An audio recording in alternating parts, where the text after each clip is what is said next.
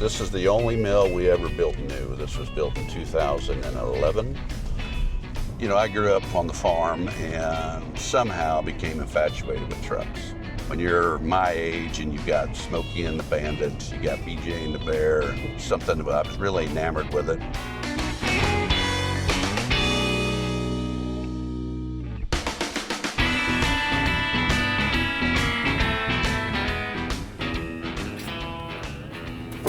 Just rolled into Seneca, Kansas. This brings back a little bit of memories just because I've pulled a lot of grain out of here.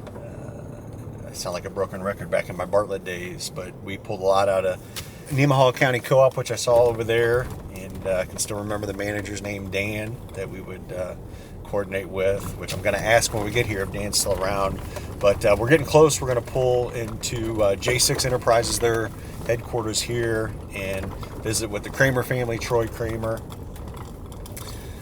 It's going to be interesting about this shoot is just trying to figure out where we cover, because this is such a big operation and we'll unfold it as we go, but they have everything from farrow to finish hog operation, the feed mill, animal nutrition, trucking, so we're going to get a lot in this, but this is going to be a really cool one to dissect, so looking forward to it. Dude, I wouldn't mind walking through there. You too, probably. Yeah, that'd be awesome. Let's kind of pull those rock deals.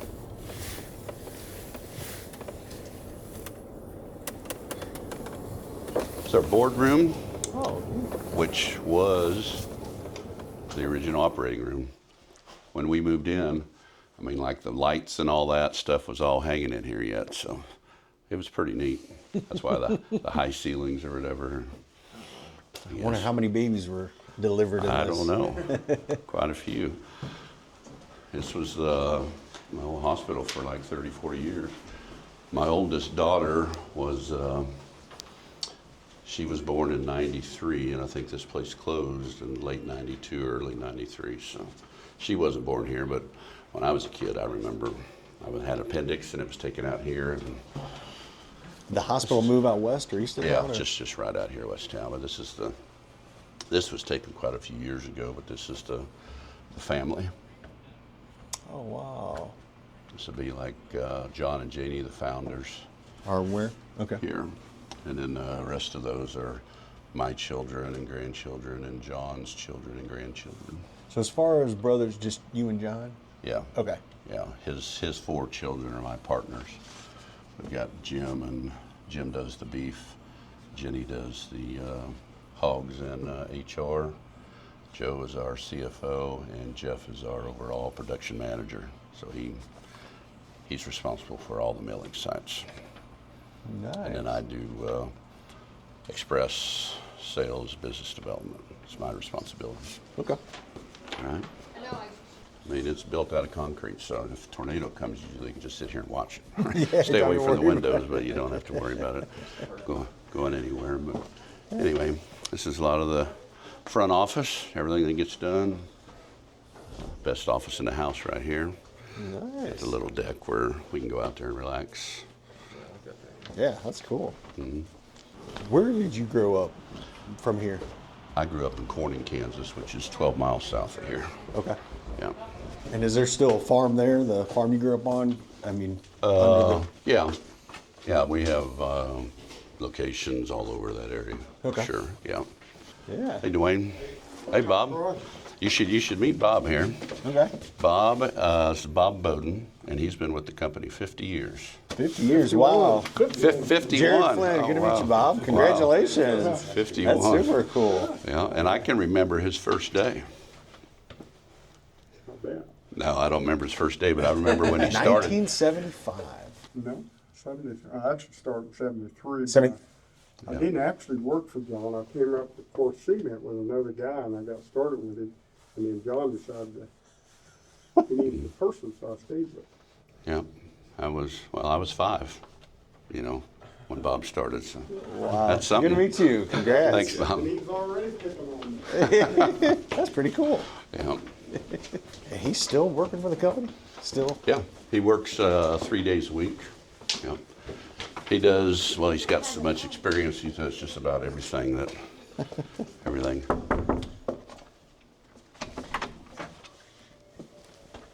Well, hello.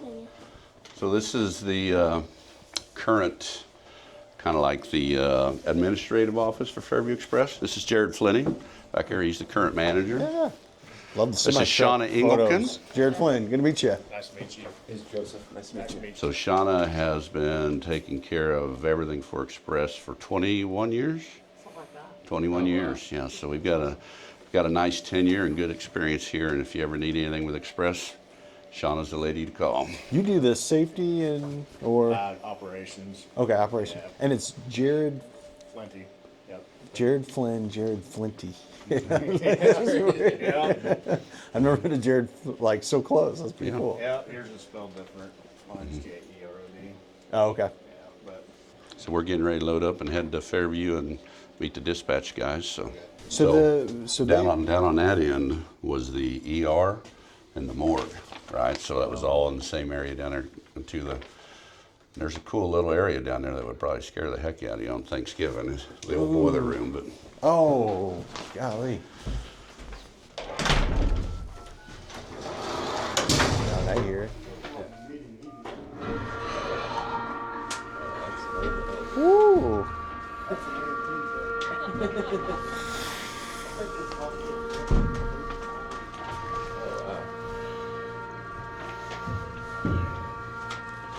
Built well. I like this is a Disney ride.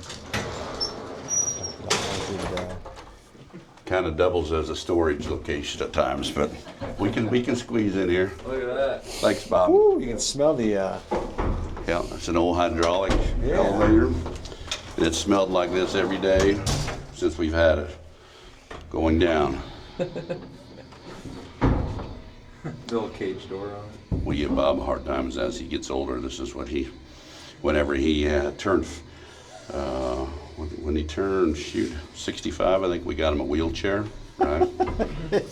But, so we could roll him in here and take him upstairs.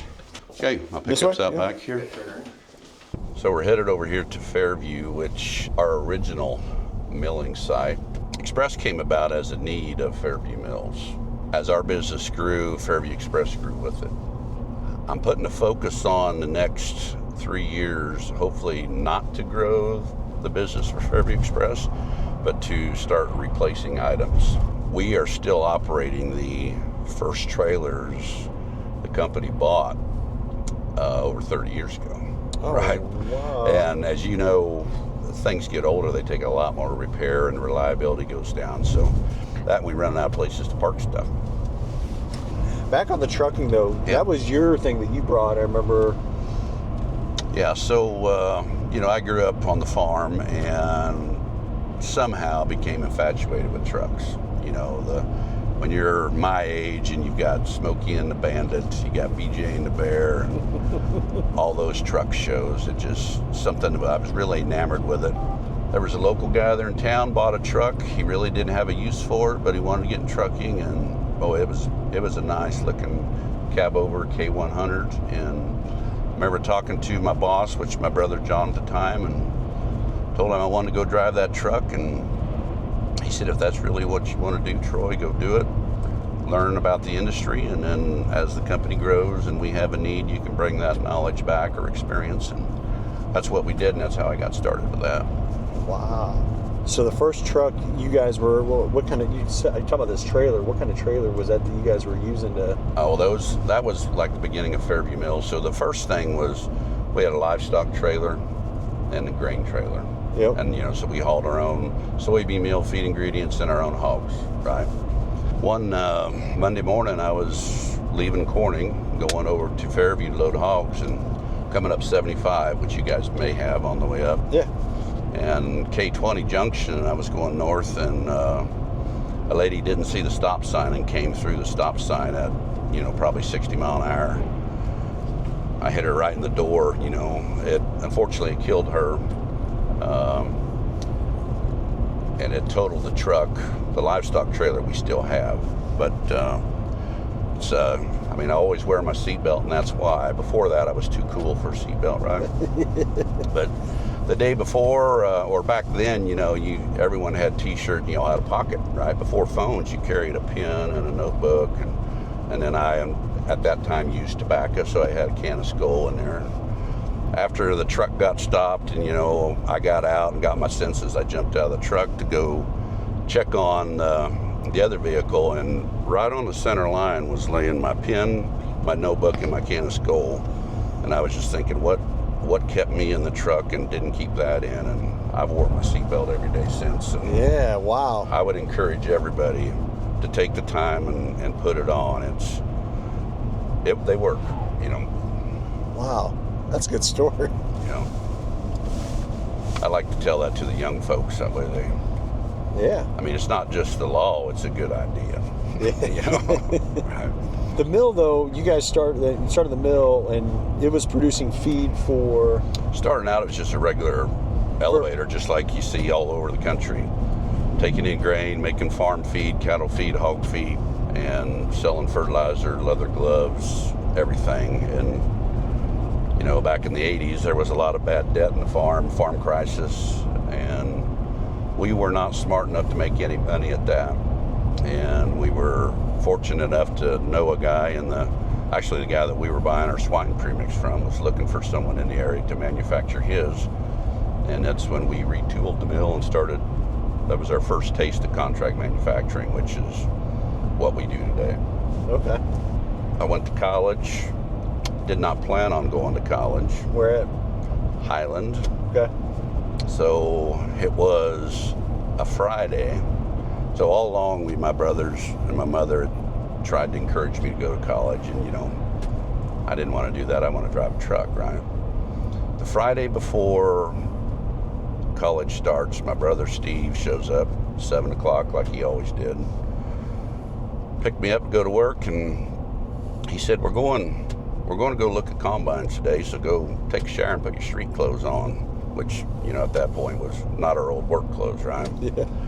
And I should have known something was up because I never got invited to those things, right? And I asked him where we're going, and he said we're going to Highland, Kansas, which wasn't uncommon because we had rented combines from there before. Drive me in there, and they drive me into the college and enroll me. Oh, I was thinking, are they going to leave me here, or am I going to get to go home? How?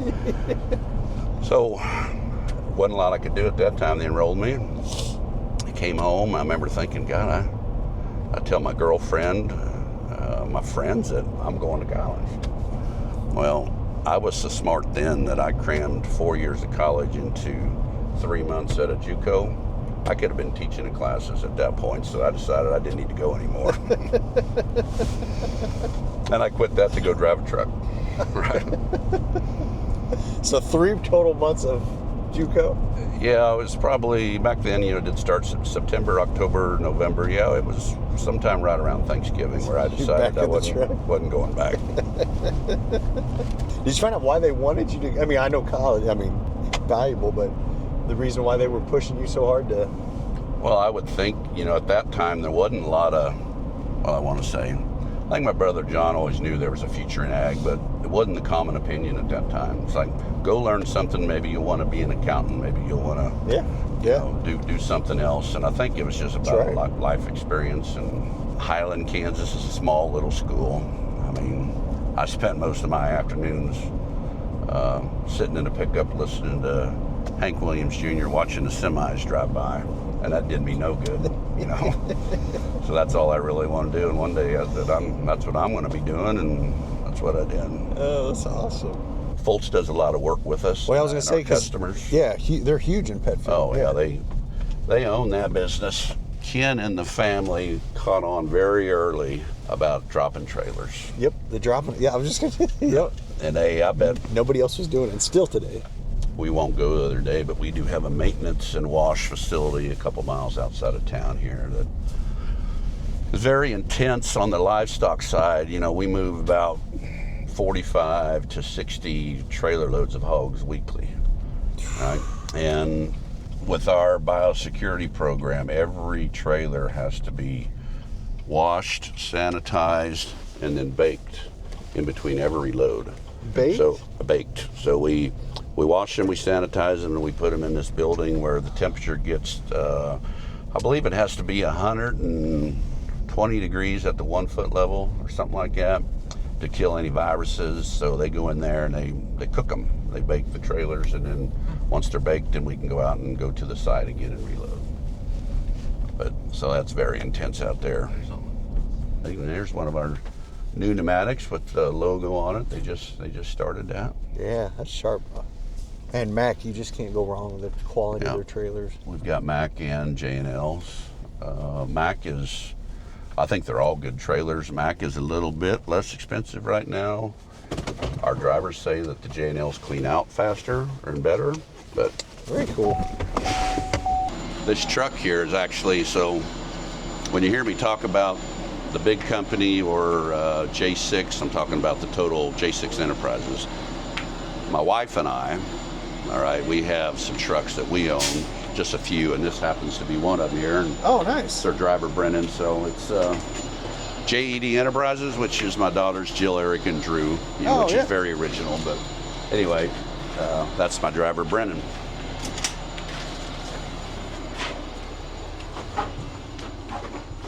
Well, look at all these guys acting like they're busy. Some cool photos. So that was a trailer that was involved in the accident. As you can see, it's tore right here from where it jackknifed around. And this over here is actually the truck.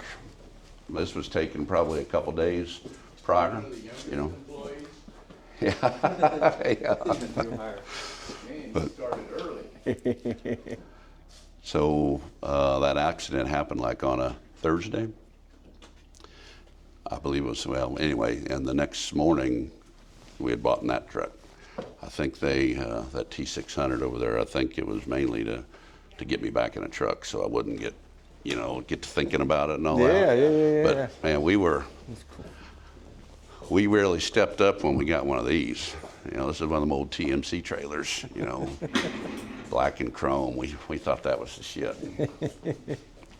What's the driver recruiting process? These guys right here and other drivers, you know. Word of mouth. Yeah. It really is. Yeah. For the most part, if drivers come here, Yeah. chances are they're staying. We have a lot of guys that's got longevity here, 15 plus years, so that gets around. And, Yeah. and the cool trucks and how they're updated and kept clean, you hear that a lot. It just seems to be good driver retention. So. Yeah, you've got, going on probably 7, 8 drivers that have over 20 years with us, 25, you know, and we just had a safety meeting the other day, and I think of our 60 some over the road drivers, we had an average tenure of 6 years, you know, and we've lost 5, 6 guys just to retirement. You know, I mean, you hate to think about it. You know, I mean, I'm happy for them, but not so much for us because they were well seasoned and did a good job. And you know, Express is kind of our drivers see our customers way more than I do, right? They're at their sites every day, and these guys help them. I mean, they train them to act professional and to do the right thing, and makes a big difference. Yeah.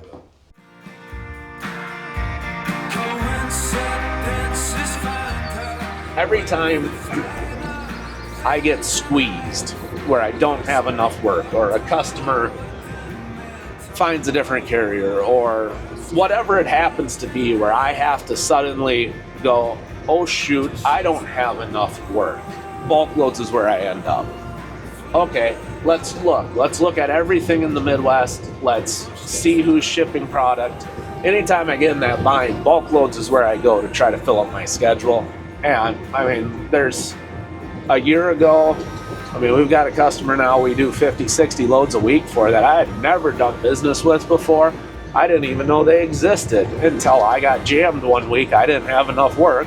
I go on BulkLoads and I find this person is posting some loads. So I take some loads, I call them up. My first driver goes in there and they're like, yeah, they're shipping outbound too. Cool. Ask that customer, hey, what do you got for outbound? So now we're doing inbound and outbound for a direct customer who pays within 6 days. An important caveat in growing your business is cash flows. But I didn't even know that customer existed until I got in a situation where I needed more work and had to go on BulkLoads to find it. The pet food industry has been very good, right? I mean, rewarded, manufacturers, suppliers, everything that's involved just with, obviously it was the COVID boom of everybody getting a pet, but still just in general, I always look at these reports that the pet food industry just keeps, what is it today? I'm going to get their number wrong, but $150 billion industry or whatever. It's so a it's lot. just crazy. But every year here, that goes up by like 10% year over year, We like the pet industry as if you create value, you can charge enough. A lot of times in ag, it's commodity based. Yep. And you'll lose a contract over $1 a ton, $10,000 a year. Pet industry, it's, there's more value, it's more intense, and we like it. There's more opportunity to make money, and then we like pets too, Yeah. A truck hits our scale. If we could unload the truck in a minute, it's still going to be here an hour or over that just for the testing. Because you have to get the truck and you have to test the ingredient before you can unload it, right? So, And a lot of that testing takes an hour to complete. No, some of it takes 2-3 hours. That's we had a site where we were getting a lot of complaints about wait times to unload, and so we started tracking it, and the site wasn't doing as bad as we thought they were. It's just a lot of the ingredients they were getting in took the long test method, and sometimes the test was an hour and a half. So if you don't drop and hook, what do you have to? The trailer has to sit there. That's where Fultz was ahead of the game, and they realized that we got to keep drivers moving. And a mill like ourselves, we like drop trailers too, because we can unload them at our convenience without detention, right? And then we can load them at our convenience. So most of these Fultz trailers that come in, they'll bring any raw material in, and then we'll reload it with finished goods going right back out. So, their drivers don't have to load the trailers. So you guys are communicating with their guys on what's going on with that trailer so they know when to pick it back up? Oh, yeah, daily, multiple times daily. So this is the mill in Fairview. This is the only mill we ever built new. This was built in 2011. And everything else has been something that we've refurbished. There was an old one here, an old wooden one that we operated out of, but we were able to tear it down and then rebuild this. But a lot of people have pets. People are having less kids, more pets, and we love them for it. I've said this many times. Like we have 2 pets, and I grew up feeding dogs Olroy, Yep. or we did. My family buy, that red bag with the dog. $5 a bag of that. Yeah. And that was 35. It was a 50-pound bag. Today we're spending $105 for a 30-pound bag for our dogs that they eat.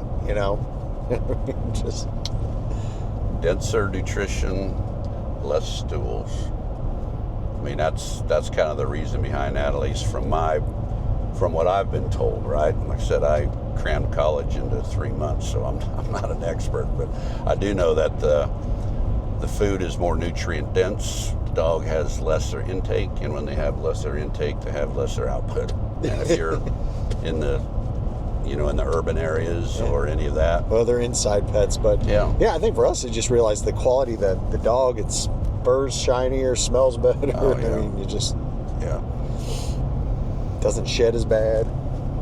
Sometimes I get in trouble for saying this, but the whole ag or grain complex has shifted, well, at least in our area, has shifted towards ethanol and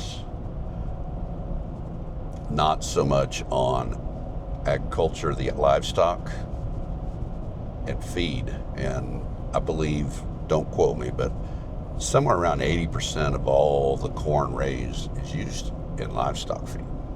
And it's like the industry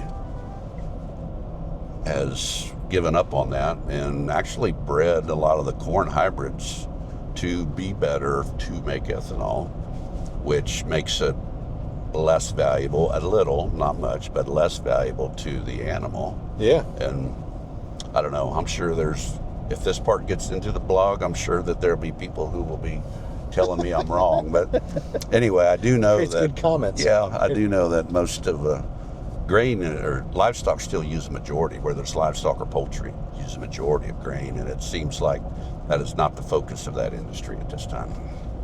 Do you all live out in the country? We live right here. I'll show you. Okay. So this is a big town of Corning, population about 200. And when I moved into town in 1980, it was probably population 100. You know, so we're booming. Right? This is what I call the deuce. Oh, yeah. I was just telling somebody I love these new sheds where they're putting that like that dark gray with that white. Man, it just pops. Yeah, and we It's like great. it. And that's where I live. So Okay. that's what made it nice is this land came up for sale and then I could build it right across the road. Yeah. You've been in this for a little while then. Oh, I'm not in it Oh. yet, you know. Yeah, one of those, Look at that. you see them all over social media, but trying to think of the guy's name that built that. He's up in South Dakota. He makes a lot of them and they're I'll have to hit you up to get, super cool. You stow your empties in there, pile them up. Yeah. I wish that there was an in-gate in it so my grandkids could get in there. They would think that's the shit if they just got in there and Oh, yeah. around. So this is my pride and joy. This is 85 Freightliner, or excuse me, Freightliner. Cut that out. 80. All right, so start over. It's an 87 frame. The cab is an 85. I wanted to buy an 86, but so I call it an 86. But Why 86? it's the year I graduated high school. Yeah. Anyway, I was putting batteries in it, so I just left the cab up. But so I don't know. A lot of people probably don't know what one looks like with the cab up. Yeah, this is good. Great access, getting to everything, but you don't want anything heavy in a sleeper because it'll come right through the windshield if you do. Oh, yeah. You got to be careful with that. Yeah. So this, I drive this truck if I'm within 200-300 miles of home, because cab overs ride rougher. Rougher, yeah. Is that why is that why people don't have them anymore? Yeah, they ride rougher, and they did away with length laws, so you can have longer trucks. Back in the day, they tried to maximize the trailer, so the trucks were as short as possible. Now they have longer length laws, so you don't have to worry about that as much. I never knew that. Okay. Yeah, and it was just, that was the thing back in the day, mainly for bridge or for length laws. And the one thing about a cab over also is there's no place to stand up, put your clothes on. Right, so getting dressed in the morning or changing clothes, you're like laying in bed trying to get your clothes and stuff on, and people did it for years, but I'm not as flexible, and I've gained too much weight to do much of that. So This is kind of a day truck for me. Would I keep all my stuff in? Oh, there we go. Got that last year. I gave like $800 for that thing, I think. And I'm also always studying my FCSMA, but anyway, I wanted to show you this picture that my family got me for Christmas a couple years ago, but we got the old truck in it. In front of the house there. My daughter Drew, daughter Erica. Oh, excuse me. Let me take that back. This is the nurse. This is the nurse. Yeah, this is the nurse. This is Erica, and that's Drew. Okay. And their husbands and my wife and grandbabies. And where do they live? Jill lives right here in Corning. Okay. Erica's in Kansas City, and Drew is over in Centralia, which is a little town over there. Yeah. That is really cool. Yeah, I like it a lot. And that's it, guys. Dude, that's enough.